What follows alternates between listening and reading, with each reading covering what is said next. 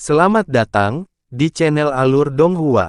Sebelum menonton, silahkan subscribe, biar Mimin tambah semangat update-nya. Jadi rekan Taois Baohua telah menyusun rencana. Dalam hal ini, kita harus memiliki beberapa peluang yang layak. Berapa banyak makhluk dari alam lain yang dapat datang ke pertemuan itu? Tanya Jin Chai. Selain dari alam api hitam, semua alam tetangga telah mengirim makhluk yang lebih kuat ke alam suci kita. Meskipun jumlahnya kurang dari yang dikirim ke alam suci kita pertama kali, masih ada lebih dari 40. Jumlah alam paling kuat di antara mereka, alam gagak surgawi, mengirim 9 makhluk tahap kenaikan agung pada kesempatan ini, termasuk bahkan gagak tembaga Pak Tua yang legendaris, jawab si Elian. Jin Chai segera menarik napas tajam setelah mendengar ini. Old Man Copper Crow, bukankah dia salah satu dari 4 burung besar yang sangat terkenal? Bahkan dia sudah tiba di dunia ini. Sepertinya kamu pernah mendengar tentang dia, Saudara Jin. Itu masuk akal, mengingat rekan Daois Copper Crow lebih terkenal di alam lain bahkan daripada 3 patriark di alam kita. Namun, dikatakan bahwa dia hanya datang ke alam suci kita, karena salah satu makhluk yang terperangkap di situs tersegel asli adalah keturunan langsung yang sangat penting baginya, jadi dia tidak punya pilihan selain datang, jawab si Elian. Cukup mengejutkan bahwa seseorang sekuat Patua Copper Crow akan mengambil risiko seperti itu hanya untuk keturunan, kata Jin Chai sambil menggosok kepalanya yang botak. Tampaknya, Old Man Copper Crow hanya memiliki satu keturunan langsung, dan dia menghabiskan banyak upaya dan sumber daya yang berharga untuk memelihara keturunan itu ke tahap Grand Ascension, jadi dia secara alami tidak bisa begitu saja meninggalkan keturunan itu, jawab si Elian. Begitu, kalau dipikir-pikir, jika aku memiliki keturunan tahap Grand Ascension, aku juga akan sangat menghormati mereka, Jin Chai terkekeh. Han Li merenungkan situasi dalam diam untuk beberapa saat, lalu berkata, Saudara Xie dan saya pasti akan menghadiri pertemuan ini, tolong beritahu kami ketika saatnya tiba, rekan Taois si Elian. Tentu saja, begitu tanggalnya tiba, aku akan mengirim pesan ke kalian bertiga, jawab si Elian tanpa ragu. Kalau begitu, kita akan pergi sekarang, kata Han Li sambil segera bangkit. Taois Xie dan Silver Moon juga berdiri setelah melihat ini, jelas mengikuti jejak Han Li. Mengapa kamu terburu-buru, Saudara Han? Puncak menghadap langit kami menghasilkan beberapa jenis buah roh khusus, mengapa tidak mencicipi sebelum kamu pergi? Si Elian berkata sambil tersenyum. Tidak perlu untuk itu, aku yakin akan ada peluang lain di masa depan, kata Han Li sambil menangkupkan tinjunya sebagai salam perpisahan. Dia kemudian mengayunkan selongsong ke udara, melepaskan semburan cahaya keemasan yang menyelimuti mereka bertiga sebelum berangkat dari istana. Si Elian tidak mengatakan apa-apa lagi saat melihat ini, tapi alisnya sedikit berkerut. Haha, sepertinya rekan Taois Han ini tidak berniat berteman dengan leluhur suci sepertimu. Itu tidak mengherankan mengingat pertempuran baru saja terjadi antara alam iblis penatuamu dan alam roh, Jin Chai terkekeh. Hubungan antara alam suci kita dan alam roh bukan untuk Anda komentari, rekan Daois Jin. Sekarang rekan Daois Han telah setuju untuk menghadiri pertemuan, apa rencana Anda, Saudara Jin? Si Elian bertanya, kami juga akan hadir, tentu saja. Namun, kami tidak tertarik untuk hidup tanpa atap di atas kepala kami, jadi kami harus tinggal di sini untuk beberapa waktu, Jin Chai terkekeh. Tentu, saya akan merasa terhormat untuk menjamu Anda, dan tentu saja merupakan berita yang luar biasa bahwa Anda bersedia menghadiri pertemuan kami, kata si Elian sambil tersenyum. Kedua pria itu cukup senang mendengar ini, dan tepat pada saat itu, beberapa pelayan wanita masuk ke aula, membawa sepiring buah roh dan teh roh yang harum. Sementara itu, Han Li dan yang lainnya terbang di udara, dan beberapa saat kemudian, mereka turun ke lembah yang damai di pegunungan Myriad Flower. Han Li mengangkat tangan untuk melepaskan beberapa boneka kera raksasa, yang dengan cepat menggali tempat tinggal gua sementara. Ketiganya memasuki gua, lalu pergi ke kamar rahasia masing-masing untuk bermeditasi. Sebelum menghadiri pertemuan yang diselenggarakan oleh leluhur suci, tidak ada yang bisa dilakukan atau didiskusikan oleh mereka bertiga. Silver Moon secara alami masih sangat mengkhawatirkan Patriark Ao Xiao, tetapi pada saat yang sama, dia juga sangat lega mendengar bahwa dia hanya terjebak, bukan terbunuh. Sebulan tidak lebih dari sekejap mata bagi para pembudidaya seperti Han Li, dan pada hari ini, Han Li sedang bermeditasi di ruang rahasianya ketika dia tiba-tiba membuka matanya sebelum mengulurkan tangan dan membuat gerakan meraih dengan satu tangan. Pecahan batu giok putih tembus pandang diambil dari udara tipis, dan dia segera menggosok kedua tangannya, di mana pecahan batu giok itu pecah, melepaskan bola api hijau. Suara si alien kemudian terdengar dari dalam kobaran api. Tanggalnya sudah tiba, Kakak Han. Silakan datang ke Sky Facing Peak agar kita bisa berangkat bersama. Han Li tersenyum setelah mendengar ini, lalu memadamkan apinya sebelum berdiri. Sekitar setengah hari kemudian, trio Han Li tiba di sebuah istana rahasia kecil di dalam istana di puncak menghadap langit. Si alien, Jin Chai, Si Ding, dan dua wanita penggoda yang tampaknya adalah murid si alien sudah menunggu mereka di sana. Di tengah istana ada formasi perak samar yang berukuran sekitar 10 kaki, dan itu berkedip dengan cahaya spiritual yang redup. Formasi ini dapat memindahkan kita ke kota terdekat, dan setelah itu, kita hanya perlu setengah bulan untuk sampai ke lokasi yang ditentukan, kata si alien. Baiklah, kalau begitu ayo pergi, kata Jin Chai sambil melangkah ke formasi bersama Si Ding tanpa hambatan. Cahaya spiritual samar melintas, dan mereka berdua menghilang. Trio Han Li juga masuk ke formasi sebelum diteleportasi juga. Si alien dan kedua muridnya berada di belakang dan merupakan kelompok terakhir yang dipindahkan. Sekitar setengah bulan kemudian, wilayah tengah gurun kuning yang tak terbatas tiba-tiba mulai berguncang hebat, diikuti oleh kota kuning kuno yang bersahaja muncul dari bawah tanah. Kota itu hanya berukuran beberapa kilometer, tetapi temboknya setinggi lebih dari 100 kaki, dan serangkaian prajurit lapis baja bergegas ke tembok kota di tengah semburan drum yang tumpul. Prajurit lapis baja tanpa ekspresi ini semuanya boneka, dan ada lebih dari 10.000 dari mereka, yang semuanya menggunakan berbagai jenis senjata. Di tengah kota berdiri sebuah istana emas yang megah. Istana itu sangat indah, tampak seolah-olah dibangun dari emas murni, dan tidak hanya permukaannya yang dipenuhi dengan semua jenis pola iblis yang mendalam, ada juga permata seukuran kepalan tangan dengan warna berbeda yang tertanam di atapnya. Tak lama kemudian, teriakan melengking tiba-tiba terdengar di langit, dan sebuah kereta putih murni yang ditarik binatang muncul di kejauhan di tengah kilatan cahaya putih.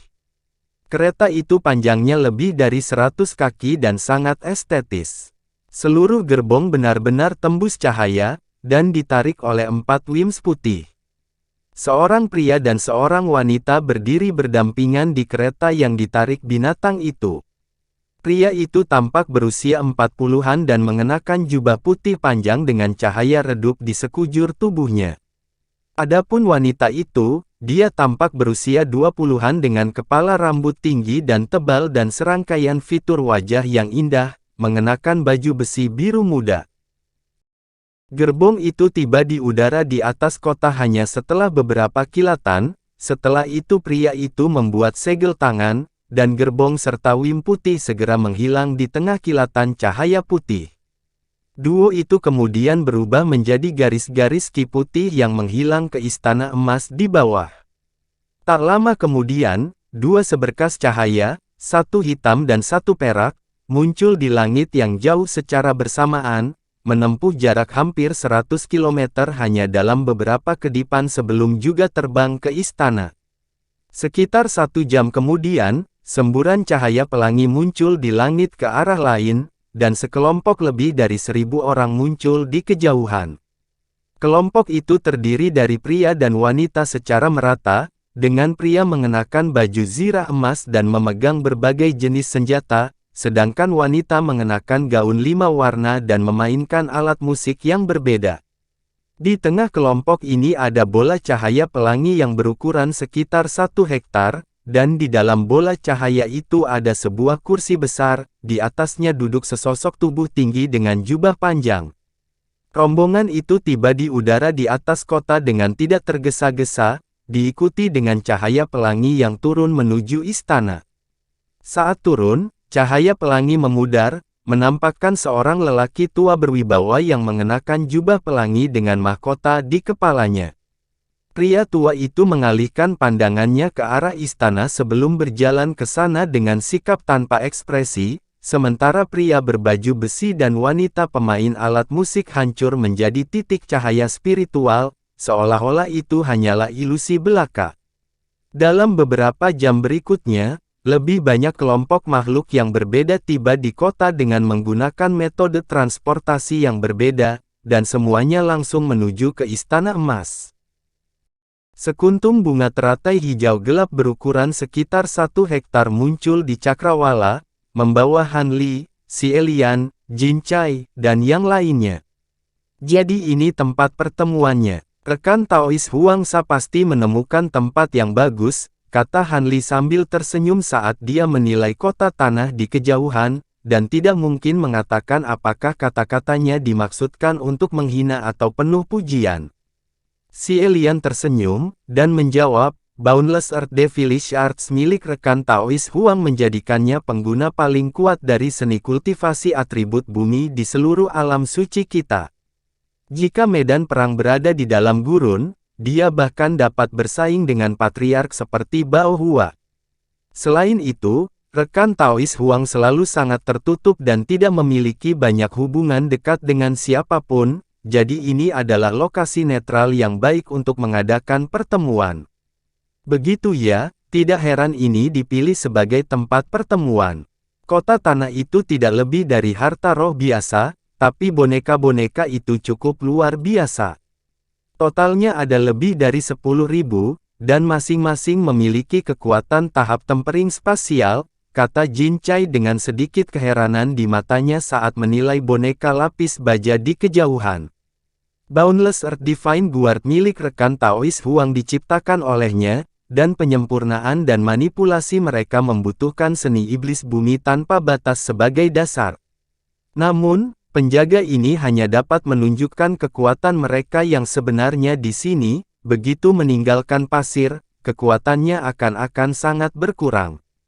Karena itu, mereka sangat berguna di tempat-tempat seperti ini di mana ada banyak ki asal atribut bumi karena mereka akan dapat pulih bahkan dari kerusakan parah. Bahkan untuk makhluk tahap Grand Ascension seperti kita, akan sangat sulit untuk membasmi begitu banyak boneka di sini, jelas Xielian. Itu benar, lawan dengan tubuh yang hampir tidak bisa dihancurkan selalu sangat sulit untuk dihadapi, Jin Chai setuju dengan anggukan. Saat berbicara, bunga teratai raksasa telah membawa mereka langsung ke atas kota tanah sebelum perlahan turun. Begitu mendarat di tanah, Han Li mengalihkan pandangannya ke gerbang istana emas yang berkilauan, di mana sedikit kejutan melintas di matanya. Bahkan indera spiritualnya yang luar biasa tidak dapat menyusup ke istana emas ini. Jelas bahwa ini adalah harta yang sangat luar biasa, dan kemungkinan besar harta yang sangat dihormati oleh Huangsa. Xielian berjalan menuju gerbang istana dengan 2 murid perempuannya, dan trio Han Li dengan cepat mengikuti. Namun, Jin Chai, yang tampak cukup ceroboh dan bullish, agak ragu saat menilai istana di depan. Tepat pada saat ini, Si Ding berjalan menuju istana dengan tanpa ekspresi, dan Jin Chai hanya bisa mengikuti dengan senyum masam. Begitu Han Li melangkah ke istana, fluktuasi pembatasan meletus dari bawah kaki, dan semburan cahaya biru naik dari tanah, langsung menyelimuti ketiganya. Silver Moon cukup khawatir dengan ini, dan dia segera bersiap untuk melepaskan beberapa jenis serangan untuk menangkal pembatasan, tetapi suara lembut Han Li tiba-tiba terdengar di samping telinganya. Tidak perlu khawatir, pembatasan ini tidak mengandung niat buruk. Hati Silver Moon segera mereda setelah mendengar ini, dan ketika cahaya biru melonjak di sekitar mereka, daerah sekitarnya kabur sebelum mereka bertiga menghilang bersamaan. Detik berikutnya, formasi cahaya biru muncul di aula yang megah, dan trio Han Li muncul kembali. Lusinan pasang mata segera tertuju pada trio Han Li seperti belati tajam, diikuti beberapa suara terkejut terdengar. Itu adalah kultivator manusia. Bukankah itu kepiting emas dari laut asal iblis? Han Li tidak memedulikan suara-suara ini dan dengan tenang memeriksa sekelilingnya. Dengan melakukan itu, dia menemukan bahwa mereka bertiga saat ini berada di tengah aula dengan lebih dari 100 sosok dengan ketinggian dan ukuran berbeda yang terbagi menjadi lebih dari 30 kelompok di sekitarnya. Hampir setengah dari orang-orang ini duduk di kursi, sementara yang lainnya berdiri dengan hormat di samping. Si Elian sudah berjalan ke sudut aula dan duduk, sementara kedua murid perempuannya berdiri di belakangnya. Silakan duduk, rekan Taois Han, saudara Xie, kata si Elian sambil tersenyum. Han Li mengangguk, lalu berjalan ke sudut lain aula bersama Taois Xie dan Silver Moon sebelum duduk juga. Begitu dia duduk, beberapa semburan indera spiritual segera menyapu tubuhnya tanpa hambatan. Ekspresi Han Li menjadi gelap setelah merasakan ini, dan dia mendengus dingin. Suaranya tidak terlalu keras, tetapi meledak seperti gemuruh guntur di telinga pemilik semburan indera spiritual itu, mengguncang mereka langsung ke jiwanya. Mereka semua buru-buru menarik indera spiritual dan tidak berani menguji Han Li lebih jauh. Sedikit keterkejutan melintas di mata makhluk tahap kenaikan besar lainnya yang hadir saat melihat ini, mereka juga mulai menganggap Han Li dengan sedikit lebih hormat. Tepat pada saat ini, Jin Chai dan Si Ding juga muncul di dalam aula, dan mereka melihat sekeliling sebelum mata mereka tertuju pada Han Li, yang mereka tuju sebelum duduk di sepasang kursi kosong di dekatnya. Dengan demikian, semakin banyak makhluk tahap Grand Ascension diteleportasi ke aula, dan mereka sendirian, atau tiba dengan makhluk tahap Grand Ascension lainnya, atau ditemani oleh rombongan murid dan pelayan. Beberapa jam kemudian, hampir setengah dari kursi kosong telah terisi.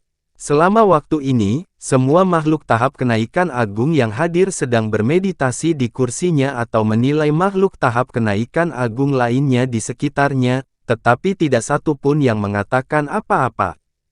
Han Li saat ini sedang memeriksa makhluk tahap Grand Ascension lainnya di aula. Semua makhluk yang hadir berasal dari alam alternatif, dan penampilan serta aura mereka semuanya sangat aneh. Selain Si Elian, ada 6 makhluk tahap Grand Ascension lainnya yang melepaskan ki jahat yang kuat, dan ini juga jelas leluhur suci. Namun, Bao Hua tidak ada di antaranya, jadi sepertinya dia belum datang. Saat Han Li mengalihkan pandangannya ke sekeliling aula, dia memperhatikan seorang lelaki tua berambut kuning sedang bermeditasi di kursinya. Ciri-ciri lelaki tua itu sangat biasa, dan dia mengenakan jubah abu-abu, sementara lingkaran kabut kuning tanah perlahan berputar di sekelilingnya, menunjukkan kontrol yang patut dicontoh atas asal atribut bumi Qi.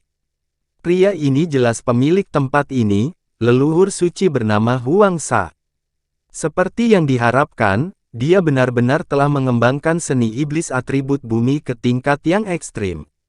Mata Han Li sedikit menyipit saat dia menilai Huang Sha, dan tidak mungkin mengetahui apa yang dia pikirkan. Beberapa saat kemudian, formasi cahaya lain tiba-tiba muncul di aula, dan 9 sosok muncul sekaligus, semuanya adalah makhluk tahap Grand Ascension. Sekelompok besar makhluk tahap Grand Ascension secara alami menciptakan kehebohan di aula, dan banyak orang, termasuk Han Li, segera mengarahkan pandangan ke arah kelompok tersebut. Kelompok itu terdiri dari makhluk dari kedua jenis kelamin dan berbagai usia, dan semuanya mengenakan baju zirah dengan warna berbeda. Apa yang sangat luar biasa adalah bahwa baju zirah ini tampak seolah-olah dibuat dari jalinan bulu yang tak terhitung jumlahnya. Di antara makhluk tahap Grand Ascension ini, 8 dari mereka berdiri di pinggiran formasi cahaya, sementara seorang lelaki tua berdiri di tengah.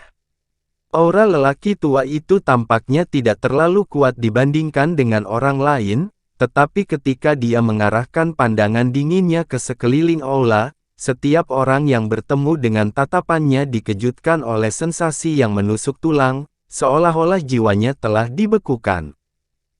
Sedikit ketakutan segera muncul di mata makhluk-makhluk tahap kenaikan besar itu, dan seseorang berseru, "Pak Tua Gagak Tembaga," dengan suara pelan. Kelompok 9 makhluk tahap kenaikan agung berjalan ke sudut aula sebelum mengambil semua kursi kosong di sana. Setelah kedatangan 9 makhluk tahap kenaikan besar ini, beberapa orang lagi tiba, dan jelas bahwa semua orang sudah ada di sini, tetapi Bao Hua masih belum terlihat. Namun, semua makhluk tahap Grand Ascension yang hadir telah berkultivasi selama puluhan ribu tahun, jadi mereka pasti tidak akan sabar menunggu dalam waktu sesingkat itu. Tak lama kemudian, formasi cahaya muncul kembali di aula, dan duo Bao Hua dan Hei muncul. Aura Hei menjadi sangat kuat, jelas menunjukkan peningkatan drastis dalam basis kultivasinya, dan Bao Hua juga terlihat bersemangat seperti biasanya, jelas telah pulih dari luka-lukanya. Begitu Bao Hua muncul, Huang Sa segera membuka matanya saat senyuman muncul di wajahnya. "Kamu akhirnya di sini, rekan Taois Bao Hua. Terima kasih telah menyediakan tempat ini untuk pertemuan kita, rekan Taois Huang," jawab Bao Hua dengan tenang, tetapi sedikit keterkejutan melintas di matanya saat dia melihat Han Li. Jelas bahwa dia tidak mengharapkan Han Li menjadi seorang kultivator Grand Ascension dalam waktu sesingkat itu. "Tidak perlu berterima kasih kepada saya, itu kehormatan saya untuk menjamu begitu banyak rekan Daoi sekaligus. Sekarang Anda di sini, saya akan mengizinkan Anda untuk mengawasi prosesnya," jawab Huang Sa. "Mohon maafkan saya atas keterlambatan saya, sesama Taois. Saya dapat melihat bahwa Anda semua telah tiba seperti yang dijanjikan, dan itu memberi saya kepercayaan diri yang besar untuk maju," kata Bao Hua dengan senyum tipis.